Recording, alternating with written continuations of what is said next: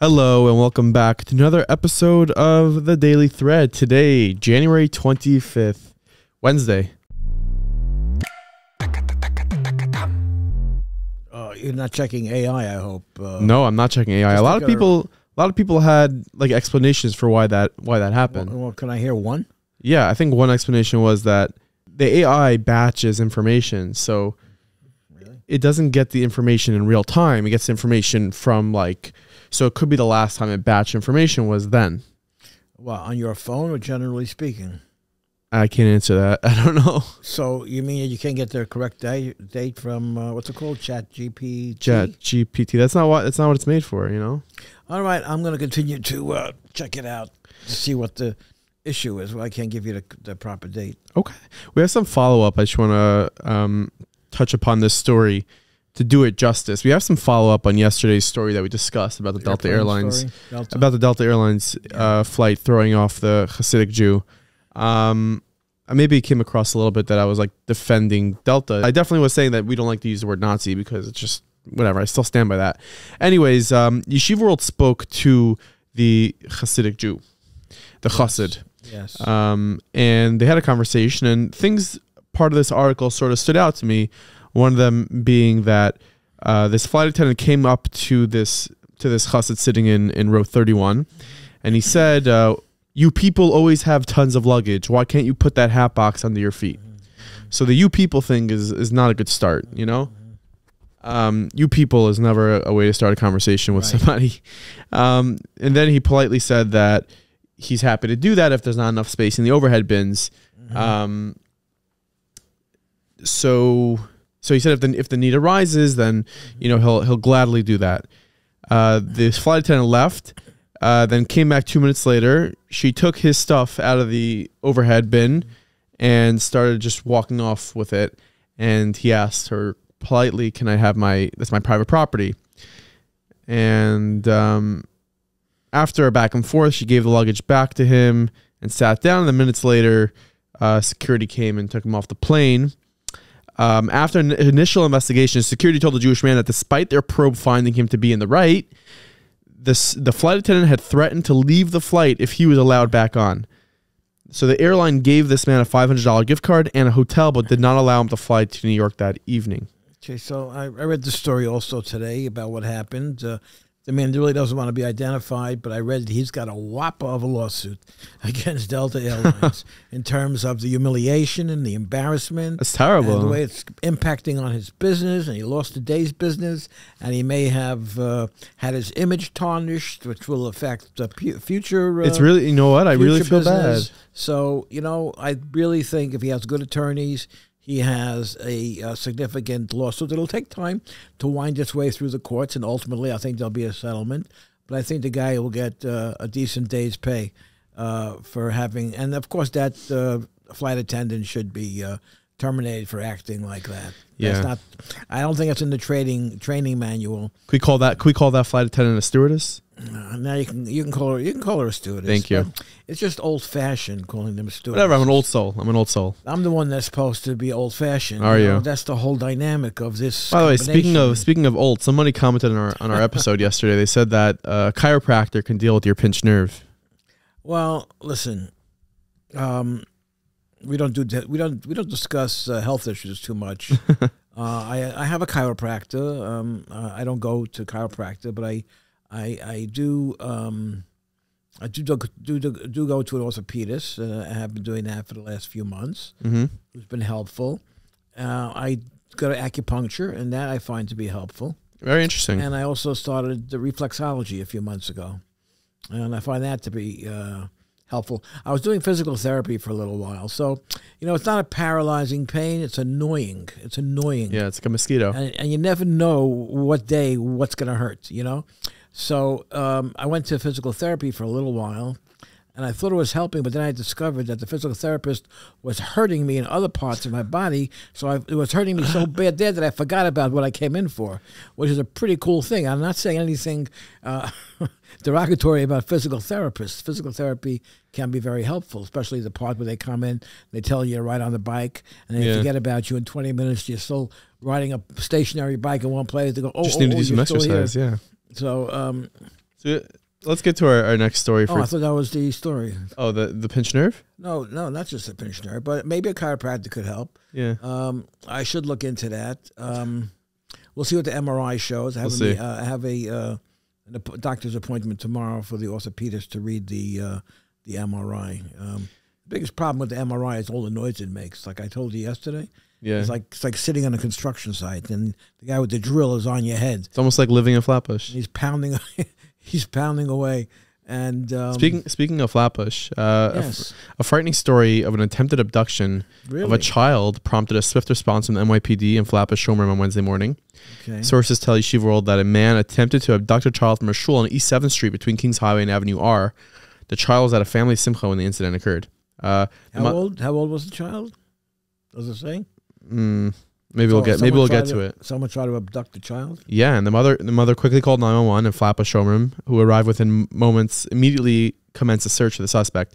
The suspect was eventually found by Flatbush Showroom hiding in a nearby yeshiva. It has been confirmed to yeshiva that the suspect has absolutely no connection to the yeshiva, that this is not a case of a custody battle, as the perpetrator has no relation or prior connection to the family of his victim.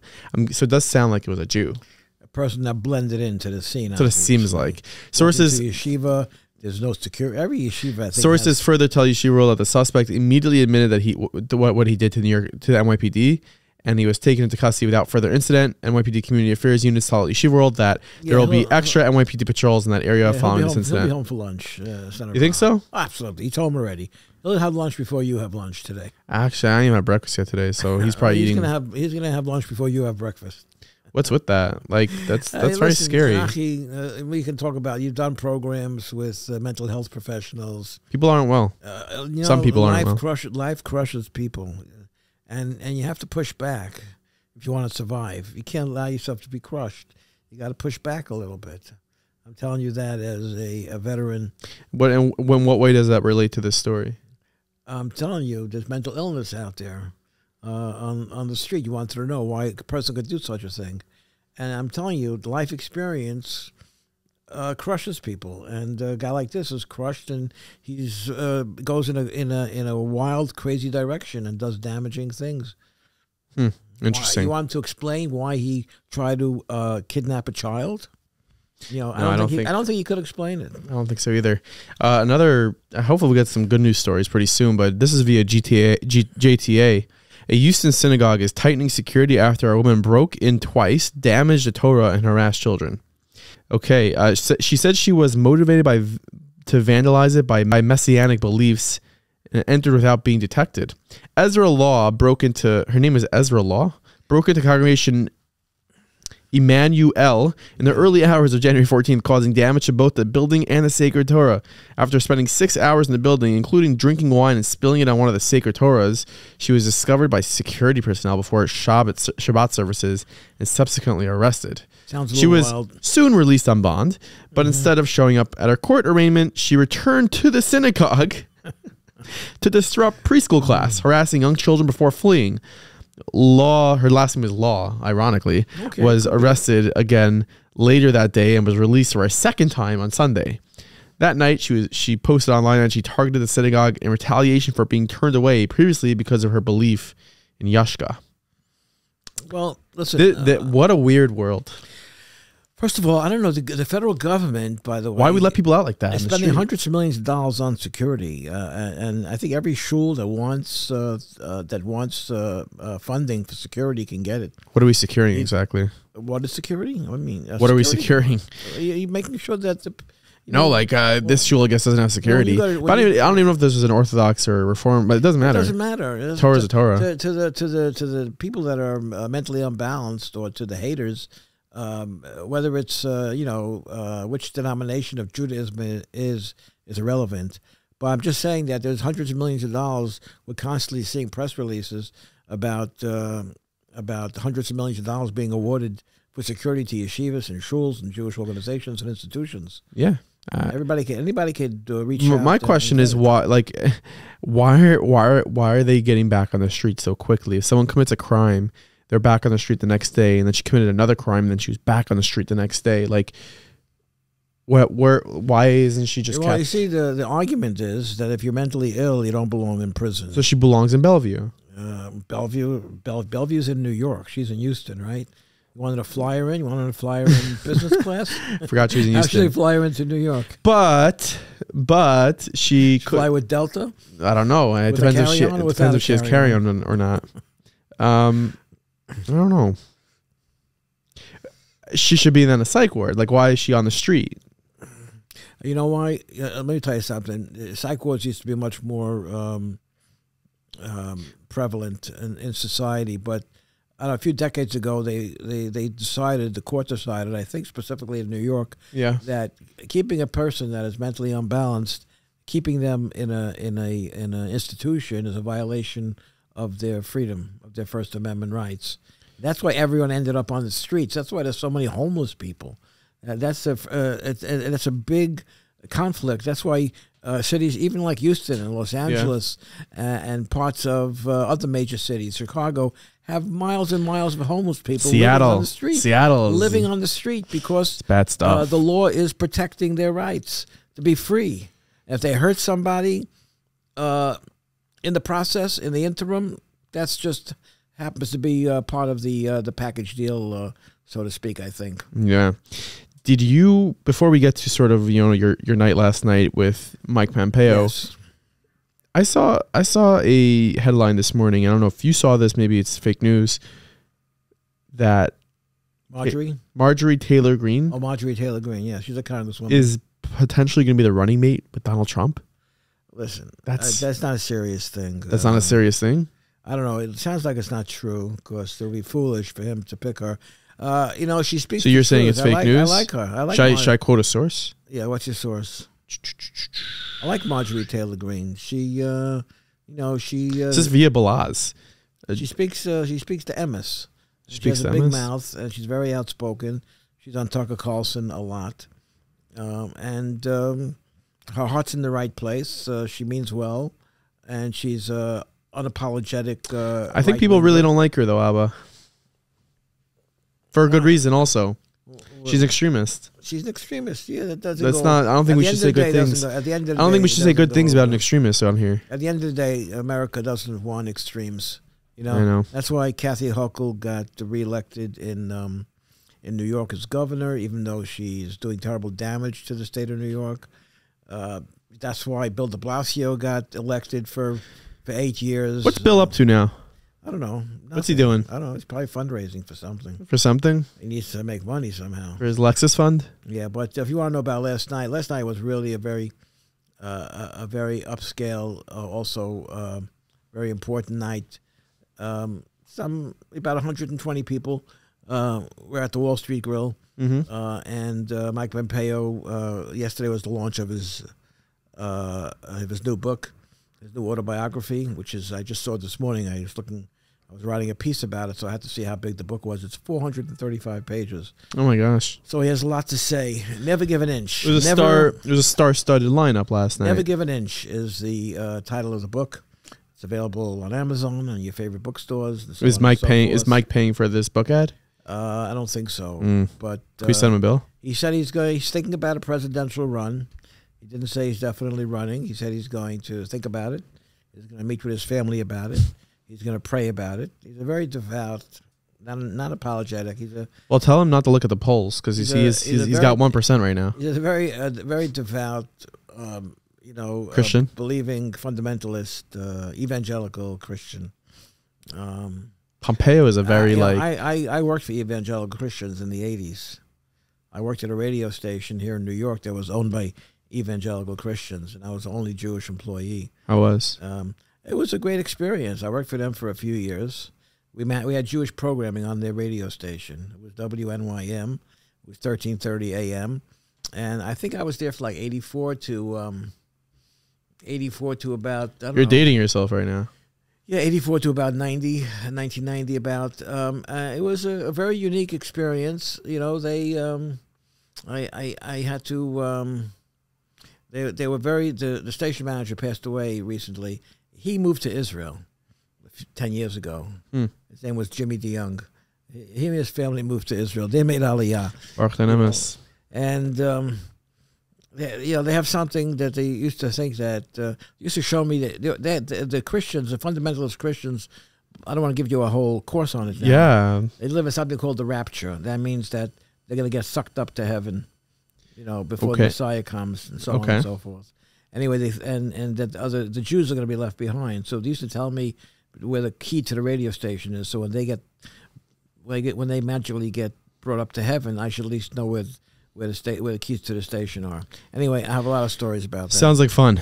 This was the only company, only Christian-owned company that had a glatt kosher New Year's Eve party, so that I can come to the party. Very interesting. Okay. Yes, a little bit of history, a little bit of personal history. Thank you for that. I have a lot of stories like that. Anyway, What else you got going on today? Let's see. I'm late. We're recording a little late today because I went to Brooklyn this morning. I went to Maimonides Hospital. I was to visit your bubby. How do you spell Maimonides? Your grandmother. My Maimonides. Maimonides? Maimonides Hospital. I was there this morning, and the whole campaign of Save Maimonides, is it that bad there? I don't know what's going on. All I know is I have friends that work at Maimonides. I have good friends that work at Maimonides that are executives, and they do a good job. I know people that work there. I know people that are doctors there. I know people that are nurses there. As a matter of fact, your grandmother's doctor, I'm not going to say his name now because I'm going to ask him first if I could use his name. He's in Cancun for winter break, Yeah. But I can reach him easier than I can the doctors in the hospital. As a matter of fact, I was in the car, and I couldn't find the doctor that's caring for her in the hospital. I don't want to say his name either, of course. Right. But so I texted the doctor who's in Cancun, who I have ongoing. We never met, but I have this ongoing WhatsApp relationship with, and he sent me he gave me like 2 paragraphs of my answer to my question. Maybe he used Chat GPT. I said to him, it sounds to me like you're at the pool right now. Yeah. He goes, you're right. And he writes back to me, that's right, I'm at the pool. Because you never write. A doctor never writes like that unless he's at the pool or on the beach. So anyway, he'll be back on Sunday. Hopefully she'll be out of the hospital by Sunday. But Maimonides, any hospital, you don't want to be in the hospitals, I was walking down the hallway, and there was a lot of Hasidim down at one end of the hallways. So I said to somebody, there must be some kind of Rebbe there. I don't know who's there. I went to the elevator to leave before that. And the person said to me, no, the real Rebbes go to the city, to the hospitals. So it must be a lower level type of Rebbe, if there is such a thing, if he's in Maimonides. Well, they play a great role. The place is so busy. There's no place to park there. The parking lots, I think the first thing the parking lot attendants do when they come to work in the morning, they get out the sign that says, "We are full." And they put it up right in front of the parking lot so nobody comes in the rest of the day.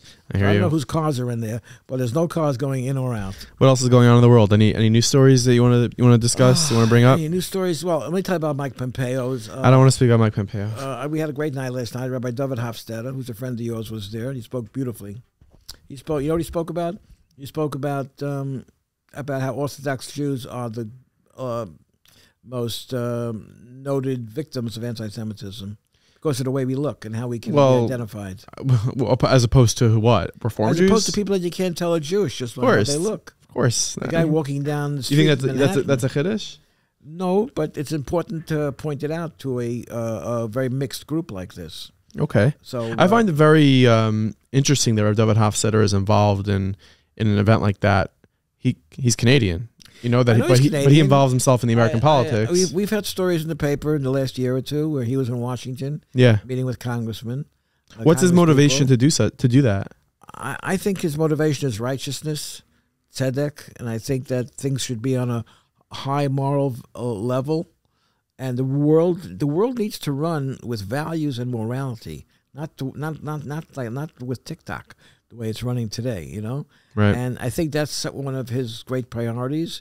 And I think he was there last night because that is one of a guy like Mike Pompeo's priorities, to do things on a scale and on a level that's pure and righteous. And but you find that interesting as well, that Rabbi Hofstadter, who is the Nasi of Dershu, who is running one of the largest organizations that are being Marbitz Torah, how he involves himself in the American politics for this reason, and I don't know his involvement with the Canadian Well, government. I was sitting, I was watching him speak. I recorded part of it. We're not going to play it. They asked me not to. I think that he spoke beautifully. No notes. I'm very impressed by people like Mike Pompeo, Rabbi Hofstadter, a couple of other people. They don't reach into their pocket to take out 8 sheets of paper. Speaking to the mic. 8 sheets of paper, to read you a speech that they've been working on for the last 2 weeks, extemporaneously, reactively, and very thorough and very high level, and a great thought, a very intelligent thought process, and I think that was it was very very impressive. I think. Amazing. You know what? The last story I want to discuss for today, I was thinking of whether I should discuss it or not. It's sort of like a sports story, but it's also like a conspiracy theory. I don't believe in conspiracy theories. I'm not a conspiracy theory guy. I'm not Alex Jones. You're not a conspiracy theorist. I'm not a theorist, no. But one of the big theories out there that are even like seeping into mainstream media is about Damar Hamlin, the player on the Buffalo Bills who suffered a cardiac arrest a few weeks ago on the field, who they resuscitated. So he was reportedly at the game on Sunday that the Bills played versus the Bengals. Right. And CBS showed him in the booth. And he was waving to the fans. He was showing a heart. But you couldn't really see because there was snow, so you couldn't really see. And the other video that came from the booth was like a side shot of him. But his face was covered up with a mask up until his eyes. He was wearing a hat. So people are... And the way he was whisked into the stadium, no one really could see his face. You don't think it was him? So what are people thinking? People online, the theorists online, are saying that Damar Hamlin is not alive. Oh. And that they're saying that they're the NFL, United States couldn't afford such a thing to happen on national television. So this is not Damar Hamlin, and that wasn't him. So obviously I think that's ridiculous. In all likelihood, that is Damar Hamlin. I did hear that he is wearing a mask because he's on oxygen all day now. And really? Yeah, your heart stops beating for a few minutes. He's never gonna play again.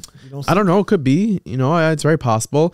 But I saw the quarterback of the team of the Bills was on a podcast, and they asked him about it, and he said I don't know what to tell you. I mean, he was in the locker room before the game. It was him. But the conspiracy theorists are going strong. Why give that any credibility? Why even? I'm not giving credibility. I just think it's interesting to note how far some people will go with their conspiracies. Listen, Nachi, I know people that think that Joe Biden is not alive anymore. And they'll swear to you that he's not alive anymore. What you're seeing is old videos of him that they piece together every day. They show him walking from his I know, but I think the conspiracy that has a little bit of believability to it, the more it makes it relevant to discuss. The Joe Biden thing I think is ridiculous, but the Damar Hamlin thing, at the end of the day, no video that anyone saw on Sunday, you actually saw his face. Well, in a snowstorm. And people are saying well, how come he hasn't done an interview? How come he hasn't spoken to the press? Over $8 million is donated to his toy fund. People have been praying from all over the world. How come he hasn't spoken to the press? Listen, I don't know. No one ever heard of the guy before he got hurt. Well, I mean, if you're a Bills fan, you knew about him. What's the difference? He should live and be well, and he should fully recover, and he should play football again. Better tread lightly right now. What's the difference to the future of the world, whether this is true or not? What is the difference? He's not the president of the United States. Oh, wow. I disagree with that. He's not a third baseman. A life is a life. I don't care if he's a president. I don't care if he's a janitor. A life is a life. What does anybody have from perpetrating this idea that he's alive when he's not alive? Probably for clicks. What? Probably for clicks. Oh no! Why would they commit? Because the NFL, what's to be gained? The NFL saving face. Can you imagine them having someone pass away on the field? That's like a. You know what? It's happened before. Once. Yeah, okay, but it's happened before. It has happened before, yes, just once. Let's not get into the conspiracy theory world, but that's just one that's been... What else do you want to talk about today? What else we got for you? Let me see what's in the 5 Towns Jewish Times.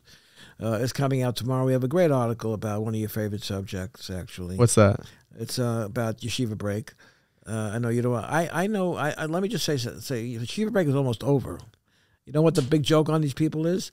They all got to come back. They're going to spend that time in the airport. And tomorrow's Thursday. They're going to start thinking about, I think we got to start thinking about going to the airport. We got to come back. I know people in our family that are in Mexico. Yeah. My mother-in-law's doctor is in Mexico, in Cancun, at the pool. That's why I have his undivided attention. Yeah. Thank God. When I want to know what her blood count is, I can't get any information from anybody in Maimonides. Yes. I got to text a guy in Cancun at the pool. He gets me the information in 15 seconds. So what's your take? I mean, maybe he should stay in Cancun. Maybe caring for her from Cancun is maybe more effective. Listen, telehealth is a big industry. Because in the hospital, he's distracted by other patients. When he's at the pool in Cancun, you know, he gives you attention. He gives you more attention. I hear. So we know people. I know people in Mexico. You know people in Mexico and Panama. I know a bunch of people that went to Panama. Mm-hmm. I know people that went skiing. I know people that are in Utah. Yeah. I got some videos from a friend. His kids are in Utah. And remembers your sister's going to Vermont for a ski trip. Would you want to go someplace, vacation in the winter in New York? Freezing? Where it's 20 degrees or 2 degrees or 10 degrees below zero? I don't think so. I'm not.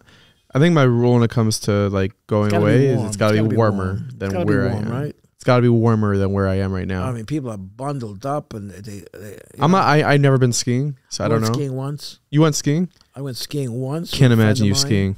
More than 40 years ago. Okay, I was. You can't imagine me skiing. Why can't you imagine me skiing? Can you imagine me talking into this microphone with you every single day? Could you imagine yourself skiing? You know what? I was with a friend, and the first time down the slope, it was in the Catskills, actually. It was very snowy, good snow. Well, that's the first time down the slope, he broke his leg. Skiing is very dangerous. I ended up in the hospital with him, you know, in the emergency room for the rest of the day, and that following night. Skiing is very dangerous. I don't know. It is dangerous. So a lot of things are dangerous. A lot of things are dangerous. I drove. I took an Uber today because there's no parking at my Maimonides. I explained that already. So I took an Uber. I had a very nice, comfortable ride going there. I was able to be on my computer. Yeah. I was able to read the news and type a few things and send a few messages out. Coming back, I was in the back seat of a Tesla. You don't like a Tesla? I thought I was being taught. I thought I was being dragged by my neck. Why? It's such a rough ride in the back seat of the Tesla. There's no leg room. I don't need a lot of leg room, but there's no leg room. You know. You're like 6 feet tall, no? I had my knees like up to my chin, and you know, what does a guy do that's 5'10" or listen? We don't want 6'1"? We don't want Elon Musk to like. I'm just telling you. Now, I know. I figured out one thing while I was sitting back there: how Elon Musk made all that money. Because he saved on the back seats. And the seats are not real leather. That's imitation. That's fake leather. It's not even real leather. I think we have to start another YouTube channel called Abba Reviews, and where you just go review things. I like the Tesla. You know what he did in the Tesla, and I was only aware of that because it was such a rough ride, and there's so much potholes on the Belt Parkway. Well, that's the problem in New York. The potholes. Oh, so they shouldn't sell Teslas in New York. Yeah. I felt like I was horseback riding. I was like bouncing around the place in the back seat. With your mother, by the way. By the way, this is a breaking news story. This is this is human interest. Very interesting. People want to know. They want to know what Uber you took and what car you got, and the people have a right to know. I think so too. The seats are so obviously fake leather. Well, that's what you get for not using Yankee Geller. I don't know. I should get some of those numbers and call them. They're probably less expensive. Yeah. And they're probably more efficient and they're probably more comfortable. Yeah, like listening to this podcast, which is very comfortable. So thank you so much for listening today to the Daily Thread. Make sure to leave a review on Apple Podcast. If you listen to us on Spotify, please leave a rating. And if you're watching on YouTube, hit the like button, subscribe, and leave a comment. And maybe we'll read it tomorrow morning. Who do you have on this Saturday night on Meaningful People? On Meaningful People, I have Rabbi Yehuda Kassir, who is the director of Beaker Home in Lakewood. And during COVID, that was like a superhero. The things he was doing. Wow. It's almost like Shabbos didn't exist. Yontif didn't exist. He was just 24/7 making sure, people were cared for, alive, some crazy stories. It'll be speaking to the mic. You recorded it already, I'm sure, right? Yeah. We're never really going to get the truth about what COVID was all about. Now this podcast got flagged on Spotify because we mentioned the COVID word. So now it got flagged. So you're not allowed to say, so cut it out. Don't no, we can keep it. It's fine. I'm just saying that. We're never going to know really what happened. I think we'll do some Daily Thread investigating. Okay. Thank you all for listening. Have a great day.